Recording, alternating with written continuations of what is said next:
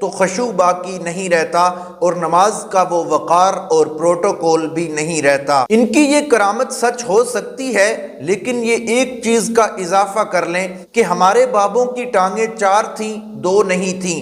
اگر 2 ٹانگیں ہوں تو ایک ٹانگ پر تو کھڑا ہو کر قرآن نہیں پڑھا جا سکتا اور نہ نماز پڑھی جا سکتی ہے۔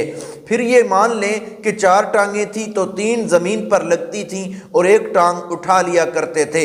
اگر یہ مان لیں تو پھر یہ اپنے بابوں کو انسانیت کے دائرے سے ہی باہر کر دیں گے، پھر انہیں جانور ماننا پڑے گا۔ انسان تو ایک ٹانگ پر کھڑا ہو کر نہ نماز پڑھ سکتا ہے اور نہ قرآن پڑھ سکتا ہے۔ اگر اس بات کو حقیقت مان لیا جائے وہ اولیاء کرام تو درکنار انسان بھی نہیں بچتے، اور یہ کرامت بیان کرتے کرتے انہیں دائرہ انسانیت سے بھی خارج کر دیتے ہیں۔ تو آپ بتائیں کہ سب سے بڑے اولیاء کرام کے گستاخ یہی لوگ ہیں یا پھر کوئی اور لوگ ہیں؟ دوستو، اگر احادیث کا مطالعہ کیا جائے تو احادیث تو ان کاموں کے الٹ ہیں۔ حضرت زینب رضی اللہ تعالی عنہا جو کہ نبی کریم صلی اللہ تعالی علیہ وسلم کی بیٹی تھیں، انہوں نے ایک رسی باندھی ہوئی تھی۔ نبی کریم صلی اللہ تعالی علیہ وسلم نے پوچھا کہ یہ رسی کس لیے باندھی گئی، تو بتایا گیا کہ حضرت زینب رضی اللہ تعالی عنہا نوافل ادا کرتی ہیں، پھر جب تھک جاتی ہیں تو یہ رسی پکڑ لیتی ہیں تاکہ نیند کا غلبہ نہ آئے۔ تو نبی کریم صلی اللہ تعالی علیہ وسلم نے اس رسی کو نکلوا دیا اور فرمایا کہ جو آرام سے نفلی عبادت کر سکتی ہیں وہ کریں، اس طرح اپنے آپ کو تھکانے کی اور اپنے اوپر بوجھ ڈالنے کی ضرورت نہیں۔ یہ نبی کریم صلی اللہ تعالی علیہ وسلم کی سنت کے خلاف ہے۔ تو نبی کریم صلی اللہ تعالی علیہ وسلم تو فرماتے ہیں کہ اپنے اوپر بوجھ مت ڈالو، فرمان ہے، یہ حکم ہے نبی کریم صلی اللہ تعالی علیہ وسلم کا، اور قرآن مقدس میں بھی آیا ہے لا اکراہ فی الدین، کے دین میں جبر نہیں ہے، اپنے اوپر بوجھ مت ڈالو۔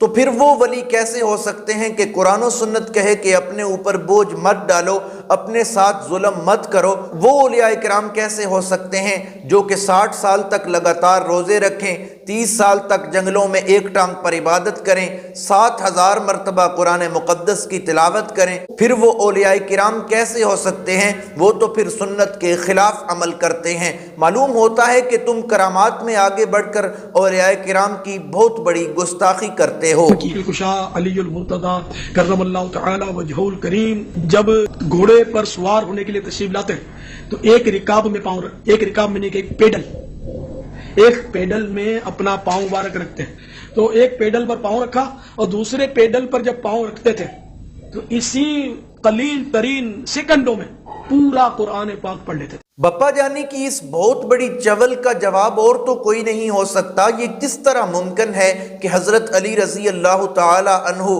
ایک رکاب میں پاؤں ڈالتے اور دوسرے میں ڈالنے سے پہلے پورا قرآن ختم کر دیا کرتے تھے؟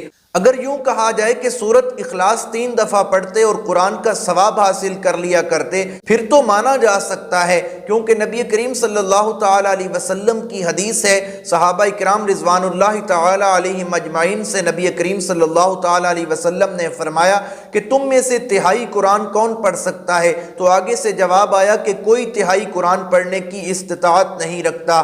تو نبی کریم صلی اللہ تعالی علیہ وسلم نے فرمایا کہ سورت اخلاص پڑھا کرو، اس سے تمہیں تہائی قرآن کا ثواب ملے گا۔ لیکن یہ کہنا کہ اتنے مختصر وقت میں پورا قرآن پڑھ لیا کرتے تھے، یہ صرف اور صرف ان کی بے ادبی اور گستاخی۔ ایک حدیث اور بھی سن لیں کہ جب 3 صحابہ کرام رضوان اللہ تعالی علیہم اجمعین نے آپس میں بات کی کہ ایک نے کہا کہ میں ساری زندگی شادی نہیں کروں گا اور اللہ اللہ کروں گا، اور دوسرے نے کہا کہ میں ساری زندگی روزے رکھوں گا، تیسرے نے کہا کہ میں ساری زندگی رات کو اٹھ کر جاگوں گا اور عبادت کروں گا، تو جب نبی کریم صلی اللہ تعالی علیہ وسلم کو پتہ چلا تو انہوں نے بلوایا اور فرمایا کہ میں تم سے زیادہ تقوی رکھنے والا ہوں، تم سے زیادہ پرہیزگار ہوں، لیکن میں نفلی روزے رکھتا بھی ہوں اور چھوڑتا بھی ہوں، رات کو عبادت کرتا بھی ہوں اور نہیں بھی کرتا، آرام بھی کرتا ہوں، اور تیسری بات کہ میں نے بیویاں بھی رکھی ہیں، نکاح بھی کیے ہیں، اور فمن رغب عن سنتی فلیس منا،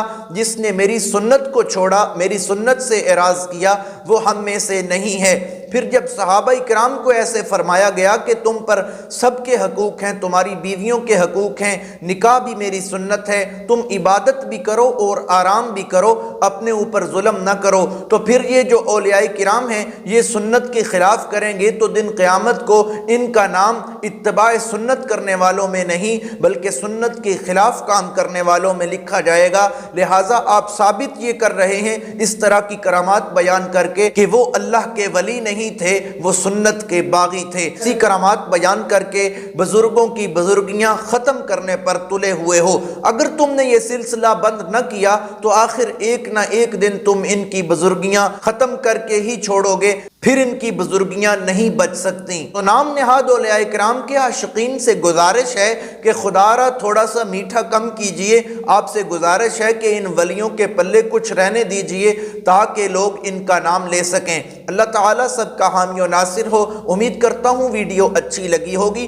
اگر اچھی لگی ہے ویڈیو کو لائک کریں، شیئر کریں، چینل کو سبسکرائب کریں۔ اگر فیس بک پر دیکھ رہے ہیں تو فیس بک پیج کو فالو کریں۔ ملتی ہیں ایک نئی ویڈیو کے ساتھ، تب تک کے لیے اللہ حافظ۔